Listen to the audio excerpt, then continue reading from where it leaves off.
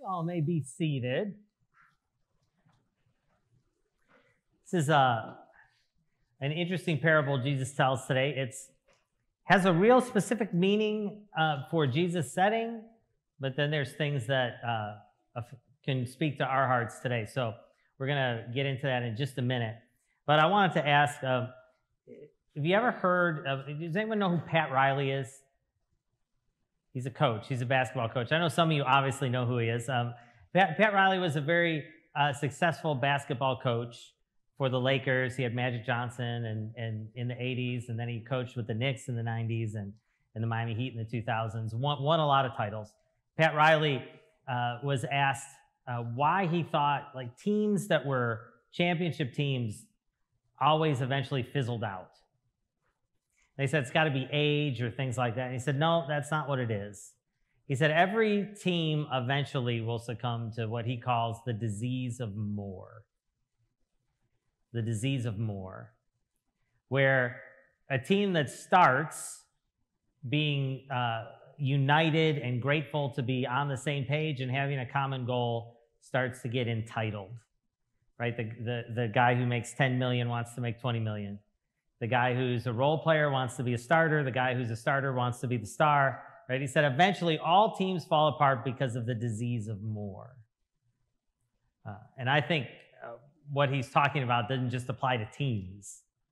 Human beings have a propensity to be susceptible to the disease of more. And so in our story today that Jesus tells, he's telling a story to the Jewish leaders. Now, the setting for this is the last week of Jesus' life. It's a busy week. He's in Jerusalem. It's Palm Sunday has happened kind of in Jesus' timeline.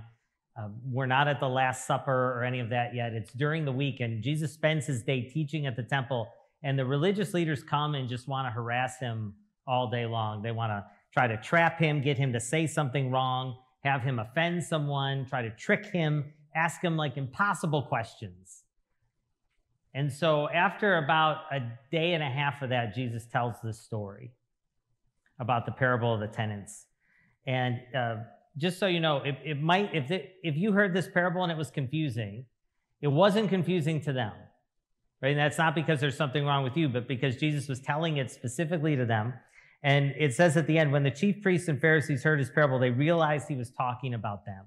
They knew it. They could see themselves in it. And the story he tells is about a landowner who plants a vineyard. Now, this is the father. I'm going to give you the interpretation. This is the father, and the vineyard is his people, Israel. And it says he's done everything around it. He's dug around it. For water. He's put a watchtower for protection.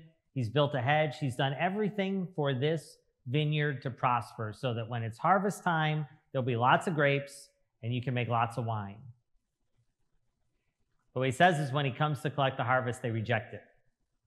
First, they reject his first group of slaves. They reject his second group of slaves. And then he says, finally, I'm going to send my son, because what kind of people aren't going to respect the landowner's son? I mean, you don't need a preacher to tell you who Jesus is talking about here. And they kill the son. And they kill the son because they want more. You know, they forget what they're doing. They forget what their purpose is. And they said, let's kill the son so we can take his inheritance for us. And what Jesus is trying to tell the Jewish leaders of that time was that God gave you a mission and a vision for your future, and he blessed you towards it. He called Abraham and he said, I'm going to bless you to make you a blessing for the whole earth. Okay? The vineyard, the point of the vineyard is to harvest, to make wine, to sell. Right? People generally enjoy wine. That's not just now. They enjoyed it then too. Right? So the idea is what we're going to do here in this vineyard is going to bless you because you're going to earn a living, and it's going to bless a lot of people because it's going to give them something that they enjoy. Right? The Israelites were blessed so that they could not only be blessed themselves, but to be a blessing to the whole world. That was the vision. That was the team goal at the beginning. Well, here's what happened. At some point, those Jewish leaders forgot that they were part of the team, that it was God who was blessing them and giving them all that they needed. And they started to think it was, instead of a gift, a birthright. They became entitled, right? Nothing's uglier than entitlement. Now, all of us are probably guilty of expressing it at some time or another. I'm not going to stand here and say I've never acted that way, but when you see it in other people, it's like, ooh, nothing's worse than entitlement. And the Jewish leaders started acting entitled, right? It wasn't that they were listening and trying to discern what God was doing. It was they were the ones who decided what God was doing. They were the ones who told people what God was up to. They were the ones who told them if they were blessed or not, if they were a sinner or not, if they could ever be forgiven or not. They were the ones who told them. It wasn't God's mercy, it was their mercy. They forgot who the gifts came from. They became entitled. The disease of more, whatever it is, more control, more power, more authority, whatever it was. And so when Jesus comes, it's so bad that they look at him and say, clearly God's doing something in this person, and it's different from what we're doing. So instead of us listening to him, we need to kill him, so he stops. That's how bad it got. And so Jesus tells them, what do you think the Father's going to do? And they give the answer. So he's going to give the kingdom to someone else. He says, yeah. This is Jesus prepping them for the gospel going beyond the Jewish people to the whole world. He says, yeah, he's going to give the kingdom to someone else, clearly.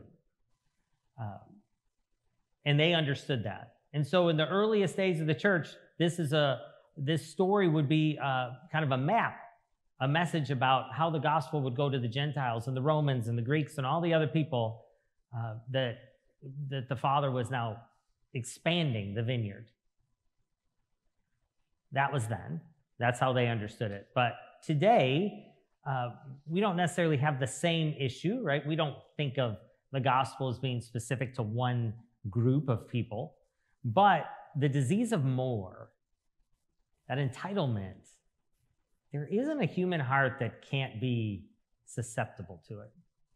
There isn't a person, myself included, right, that isn't susceptible to the disease of more. And so just like if you were going to a doctor and they could tell you, these things run in your family, here's some ways that you take care of yourself, here's some things you can do to avoid this. High blood pressure might run in your family, right? Certain types of health issues might run in your family. It's the same thing with the disease of more. There's things we could do to keep our hearts and our spirits healthy against it. And so there's two specific ones that I have found are the strongest and the best. And so I'm going to give those to you now, that you could guard your hearts against the disease of more in some sense of entitlement. The first is gratitude. Probably the strongest is gratitude. When we're thankful, we're acknowledging where the gifts come from, first of all, right? Hard to get entitled and think of how great I am when I'm thanking God for the blessing.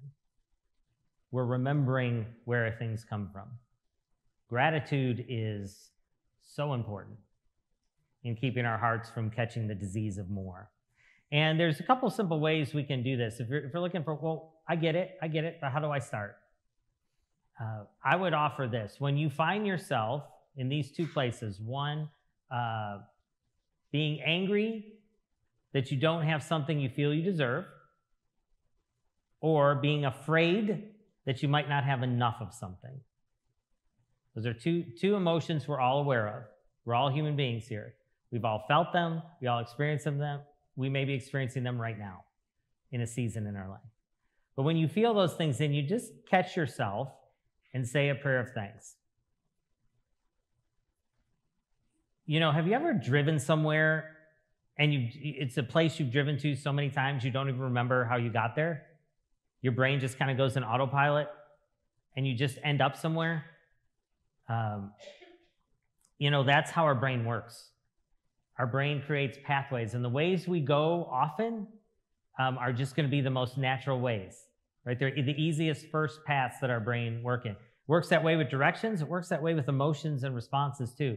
So when something happens in our life and our first response is to be afraid, or to think we're going to run out of something, or to think we won't have enough, or to worry, which is what we all do because we're human beings, right? The more we do that, the more that becomes our natural response. So if we could catch ourselves when we're doing that, just be aware that we're doing it and start injecting just a little bit of gratitude in those moments, we start creating a new path.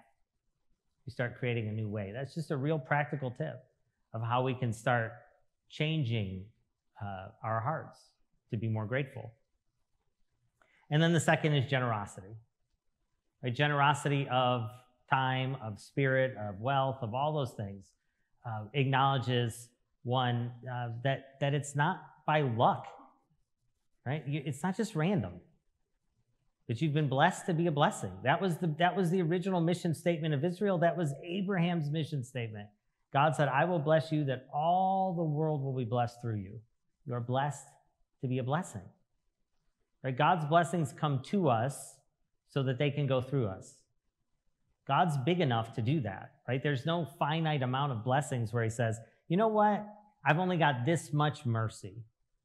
So I'm going to give you this much of it, but don't go spreading it around because there's no more. It's not how God works with anything that's his. Right? His blessings come to us to go through us. And when we are generous with those blessings, whether it's time, gifts, whatever they are, we're acknowledging that. It's not random, right? I don't have this just by randomness. It's a blessing and a gift from God to bless others. And so those are the two that I would encourage you to remember, is to keep your heart healthy against the disease of more. Gratitude and generosity. Thanking God, remembering all gifts come from him.